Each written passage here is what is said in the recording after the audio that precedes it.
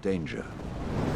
Once you get into the desert, there's no going back, said the camel driver. And when you can't go back, you have to worry only about the best way of moving forward. The rest is up to Allah, including the danger. Good afternoon, Young Kings. Time for your more motivation. Decided to jump on real quick just to give an update. It's been about a month, at least three and a half weeks, 4 weeks since I've been on. So wanted to jump on and kind of been having a good time not being on, but I think there's a balance between that. If you've seen the title already, Enlightenment versus Entertainment, or Entertainment versus Enlightenment, that is the crossroad that I've been at. So been really living my best life, but I think there's a caution there too, because living my best life is different from living my blessed life. And although it's been extremely fun this last month, I think there's balance is essential for progress. So it's been a magnificent time, enjoying things. And sometimes when you come out of a toxic environment, both at work and at home, and then you get placed in an environment that's healthy, you want to celebrate, you want to have a great time. And I think that could be a distraction in itself. If happiness and celebrating can be a distraction, I would say that I experienced that. My reading has decreased over the last month. My studying has decreased. My TV intake has increased. My drinking and stuff has increased over the last month, just in a celebratory phase. So we'll get that. I mean, it hasn't been all celebratory. I did catch COVID. Go figure. And COVID's been around 2 years, and I haven't caught it up until about 3.5, 4 weeks ago. And when I caught it, I caught it. I guess it was building up for that, because that put me down, meaning like not like severe where it's like, oh, your life is in danger, you need to go to the hospital. But there was some severe aches and pains, and I don't get sick much, but when I do get sick, I get really sick. So I had a head cold, and I thought it was just because I was doing some remodeling at my house, and I kept walking in and outside without a coat on, and it was snowing in Michigan at that time. And I thought it was just a head cold, and then all of a sudden the aches and stuff started to come, and I took a test, and sure enough it was COVID. And I tell you what, that was probably the most uncomfortable night of rest. Can't even say rest, because it was just so much tossing and turning that was going on. It really did its number on my immune system. So let me jump right into this, because I'm not going to be here long before you today. At least that's not my intentions, to be here long. But entertainment versus enlightenment.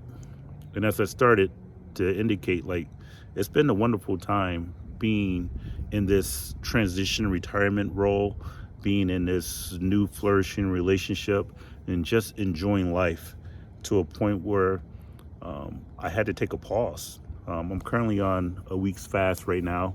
It was an invitation from a friend to go on a fast, and it's been much needed to kind of take that pause and reflect, because there's going to be an invitation to each of us as men, as kings.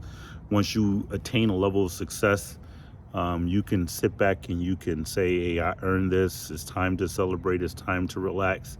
And not to say that there's no time for that, but it's balance that's essential, that you manage those two, because everything that is permissible is not profitable. So you could be going through your life and you can do and saying, I'm not doing anything wrong, I'm not hurting anybody, I'm just living my best life, I'm just doing me, which is permissible. But then you got to ask the second half of it, is it profitable? And that's the question, the part of the question that I'm at, because I noticed during this time, I've been out several times. Obviously, I'm negative, so I'm not exposing anybody for that. But 4 and 5 star restaurants, eating out, comedy shows, and doing all these things. And a part of me is like, okay, man, this is retirement life. This is your blessed life. This is your best life. This is you really enjoying the fruits of your labor after a 28-year military career, after a toxic marriage, and you're just getting into your version of you that's really flourishing. So celebrate that. And I took that and I ran with it. And then, they say you give somebody an inch, they want to run marathons. I think I ran a few marathons in entertainment over the last few weeks, and it was like I had all kind of justifications. Oh, okay. At first it was I'm sick, let me just rest. I don't need to be doing anything. And then it went from, well, let me just enjoy life. Let me just go out and do some things. And then it went like I don't feel like it. People, and especially like doing videos like this, I said, it's only gonna get 2 or 3 likes, so why put in the energy to go out and do the videos that people are not gonna even watch or even like? So then it was like making excuses after excuses. I kept finding myself down this slippery slope. And if you're not careful, this slippery slope will get to you, because subtle is the enemy of progress. It doesn't come out and say, you know what? From this next month to a year to 2 years, I'm going to distract you. I'm going to get you off purpose. I'm going to make sure you don't accomplish your dreams, your goals, your vision. It doesn't come out with that announcement. It just comes out like, hey, it's just a drink. Just go out, have a good time. And you do that, and you're like, man, I had a great time. Oh, yeah, we got to do it again sometime. And then you find yourself doing it again. Then you find yourself doing it again. And next thing you know, you're in this lifestyle of slipping backwards.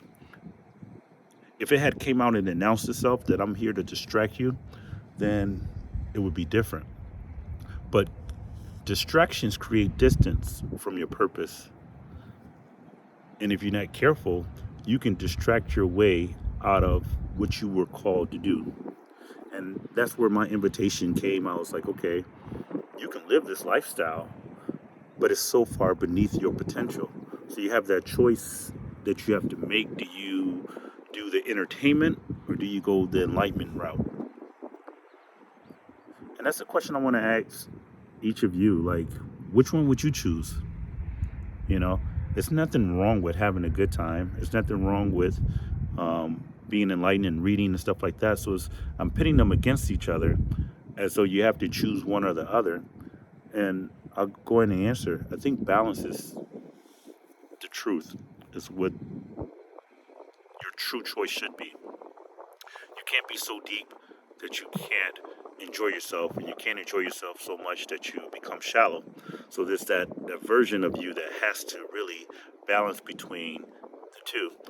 And I can honestly say over this last month, I've been out of balance. And when you're out of balance, then you can start getting delayed, you can get distracted, you can get set back. And I found myself slipping. My wake up times have started to get later. My going to bed time has started to get later. My drinking has increased. My reading has decreased. And it was just like a continuous downward spiral under the umbrella of entertainment and fun. But as I mentioned in the videos, like, it's not like it came to me all of a sudden, because I understand the distractions with entertainment. And if you break the word down, it's enter and then you're tamed. So I entered and then I was tamed, meaning like I felt myself in a trance, so to speak, of wanting to get that next high. And I guess that's what they say is so hard about drug addicts, is that they keep trying to chase that first high. So they smoke again, and then they get high, but not high as the first high. So then it's like, oh man, let me try something different. And they smoke again and doing this. So you can be a fiend to entertainment as well. And it's a slippery slope to do, because one, it's like, yeah, enjoy yourself. You only live once, YOLO, you hear those terms and stuff of that nature. But then there's this thing of where you could be celebrating too early. So in all my TV watching, as I said, my TV watching increased. I've seen the Most High sending me signals, because if you attentive to your spirit, it will give you the indication when you're out of balance. But then you can water it down through a drink, through entertainment. You got to be real attentive to. So my spirit met me where I was. And what happened was I was watching the basketball game, the Minnesota game against Memphis. And that's a great series. And I was watching it, especially the last game. It was game 5. They tied 2-2. And Minnesota was dominating the game for most of the game. And they were just like they were in their zone. And then they started to get cocky with it. Carl Anthony Towns had made a shot, and then all of a sudden he's shushing the crowd and this and that. Then you got Beverly going to the hole, and he's going like, hey, they too small, they can't handle me. And they started celebrating too early. They thought the game was over because the first 3 quarters, they really had the Grizzlies in the headlock. And then all of a sudden, the fourth quarter came. And, John Morant just started to put in work, going to the hole, shooting jumpers, and everything started to turn around. And you realize, like, not only did they come back, but they took the lead, and they ended up winning the game on a last-second shot by John Morant. And it was an entertaining game, but it was also a warning to me in my life. It's like, okay, you're retired, but you're not retired. You're transitioning. It's what I'm doing. I'm not retiring. I'm transitioning into another career.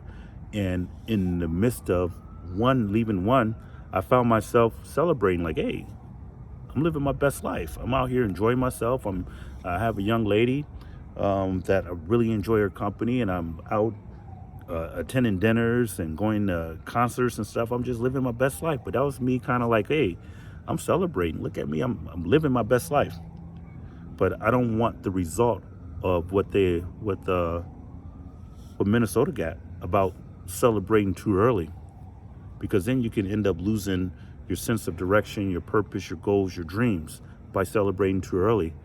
And it's a distracting mindset, because when they were shooting, Minnesota, they were actually in the zone. They were actually winning when they started to celebrate. So it wasn't like they were down saying, hey, we're about to win this game. They were actually winning and had every indication that if they continued doing what they were doing, that they probably would have had a winning result. But then they started to get the attitude of celebrating too much. So then there's a warning for me to be careful. Like, I've kind of been celebrating too much, and the game is not over. So I need to make sure that I stay on task and on purpose. And I'm sure during this last month, you haven't had an opportunity or an invitation to do the same. Entertainment versus enlightenment. So you just want to make sure that you're balanced in what you're doing. And then it spoke to me in the other series, when it was the Celtics in Brooklyn. And you look on paper and you look at the talent of, Kevin Durant, Kyrie Irving, and, on the roster, you think, okay, regardless of what turmoil they had in the regular season, these are the two most talented people on the court. There's no way they should lose. No way. But they end up getting swept in the first round by the Boston Celtics, by their duo, Jason Tatum and Brown. Like, they just outworked them. They had the chemistry, and chemistry is everything when it comes to teamwork. So you look at one instance where you look at Kevin Durant is in nomination for the MVP every year. I mean, the guy's just smooth and just was completely off during the whole series. Kyrie Irving is just Kyrie Irving. He does what he wants to do when he wants to do it, and sometimes it's at a detriment to the team. And that's where I was doing. I was at a detriment to myself. I was doing what I wanted to do when I wanted to do it, and I'm at a detriment to the team. And the team is me. They said there's no I in team, but there's a me. There's an ME in team. So sometimes you could be a detriment to your home team by antics and stuff that you do that's not conducive to setting you up and put you in positions to win. So I had to do some reflecting on, okay, is it going to be entertainment or is it going to be enlightenment? Because this entertainment is fun, but it's also destructive. Enlightenment, and I realized this last week, since I've been on this fast, it's been refreshing, so to speak. Got a slight headache because I haven't been eating much. I've been drinking this water, but it's been reflective. I've been able to look at that and see, okay, I see what you were doing. You were a little excessive over in this area. You were out of position here, and be able to reflect. And that's key, to be able to be aware, because it talks about when it comes to change. I'm in counseling still, and it talks about the process of change. It's awareness, mindfulness, action, and then change. So now that I'm aware and I'm mindful of what I've been doing is not conducive to aligning me to where I need to go, now it's time for a change. So making that decision to invest rather spend. And that's the difference between the entertainment versus enlightenment. It's the principle of assets and liability, investing and spending. So entertainment have you spending all your resources, your time, your energy, your health, and everything because it's a distraction. Like I said, for the most part, I've been still working out, but it's been later in the day. My moods have been just kind of like melancholy and just kind of like chill until it's time to party, and then I ramp it up, and then I go out and I party. But then outside of that, I was coming back down into kind of dismissive of everything that I needed to get done. And the thing about being in this entertainment zone is that time is still ticking. Like it doesn't wait for you to say, "Oh, you know what? I still got this to do. Let me get caught up on doing this and this and that's that." Time is still going by. So you can either spend all your time doing this and wasting your life away doing this thing. And I'm not saying wasting your life away as though you ought to be so serious that you can't have a good time, but then you shouldn't have so much of a good time that you don't understand the priorities and just making sure that you progressing in the stages in life that you said that you wanted to attain. So you got entertainment is spending. Enlightenment is over here. Excuse me, bucket the camera is investing. So you can either choose to spend your life or you can invest it. And the thing about it is that once you spend it, it's gone. Like you no longer have access to it. It's like it's it's diminished. And I mean, I wish I had all the money I spent on food, dining, and concerts. I wish I had that money now, but I don't even have access to that money. I went in and spent it on the people who were at work because when I went to a concert, there were people up there working, meaning like they were at the show seeing Cat Williams and a few other people, so they got paid for doing their job and they got paid for my hard-earned money that I paid to them. That's entertainment. It has you spending everything versus investing. It has you being able to get the ROI, which is your return on investment. Like there's peace of mind knowing that you're progressing towards your purpose. There's there's resources there because you're not spending it all in lavish living your best life when you should be living your blessed life. And your blessed life, I think it comes with a balance of knowing when to go out and have a good time and being disciplined enough to say, okay, now it's time for me to get back to grinding. So I've been in the state of transition for a while, and I see that the Lord is awakening me to start moving in a different direction.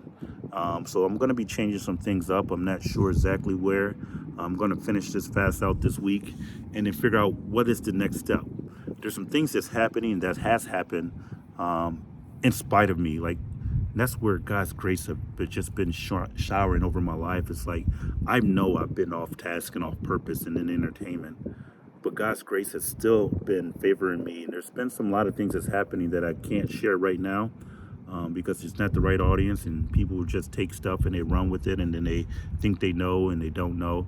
There's a saying that the people who know it all don't know at all. So it'll come revealed later down the line. But in spite of me, God has still been working with me. So transitioning from that entertainment phase, and not to say that I won't have spouts of entertainment, but I'm going to be striving to be more balanced in life now and moving forward. Kind of like in this fast is kind of ironic because the scripture for this fast was Luke 15. And I don't even attend this church that I'm fasting with. A neighbor reached out to me, say, "Hey, my church is fasting. Will you mind joining me for a fast?" And I was like, "Man, I've been in this little funk." And when you in a funk, you're in a funk too. And I've been fighting to get it out, been trying to get up a little earlier, but I still hit the snooze button one or two times. And instead of getting up at 5:30, now I find that I'm getting up at 6:15, 6:30, 7, and then going to work out. Whereas before, I would get up at 5:30, I would go read my scripture, I would start writing and start doing those things. So that stuff starting to erode a little, and it started to be a slippery slope. So when he invited me to this fast, I was like, yeah, I've been, hitting the snooze button. I need to do something. And even during the fast, I must confess, I still hit the snooze buttons. Like today, I got up at like 6, 6:05, 6:07, but my alarm went off at 5:30, and there was that delay. Okay, let me just get 10 more minutes. But anyways, the scripture was Luke 15, and it talked about the prodigal son, and about the prodigal son returning home. And it's like the prodigal son, the younger son, had went to the father, and he asked the father for his inheritance.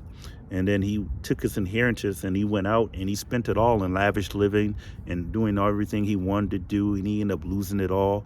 And he ended up being in a very bad position where now he had to come back to the father and apologize and say, I was mistaken and this and that. And the father accepted him back and threw him a feast. So I'm the prodigal. And it's a blessing that I didn't have to fall all the way down. I just had to scrape my knee a little bit and just walk with a limp a little bit for the father to give my attention. But there is an element of me needing to return to the essence. I got distracted on a lot of different things, on coming out of the army, figuring out what my next career was going to be, coming out of a toxic relationship, engaged to be married, figuring out how to navigate life differently in this new relationship. So with all those things, it's like it's time for me to come back to the essence. And that's why I came back to the park. Because I remember the days where I used to get up at 4:50, 5 o'clock in the morning and just go running. Then I come out here and I just press record and do the videos. Now, obviously, I need hip replacement, so I can run. But I do need to switch some things up and do a little differently. So from now on, I'm going to remove myself from the box that anybody try to place me in, and be free. Because the interesting thing about the story of the prodigal son was the father's unconditional love. It's like the father knew that the son wasn't ready, but he still let him go. He had to go let his son experience those things to realize that wasn't where he really needed to be at. But then he welcomed him back. So for the rest of you prodigals that's out there and you know that you're doing things that is not in line with what's going to set you up to be on task and on purpose, it's time to return home. Return back to the essence of getting back to the essence of what you are here on earth for. And I doubt I'm on earth just to go out to restaurants and enjoy. There's nothing wrong. As I mentioned, everything that's permissible is not profitable. So although those things were not necessarily wrong, they were far from right. Be well, young kings.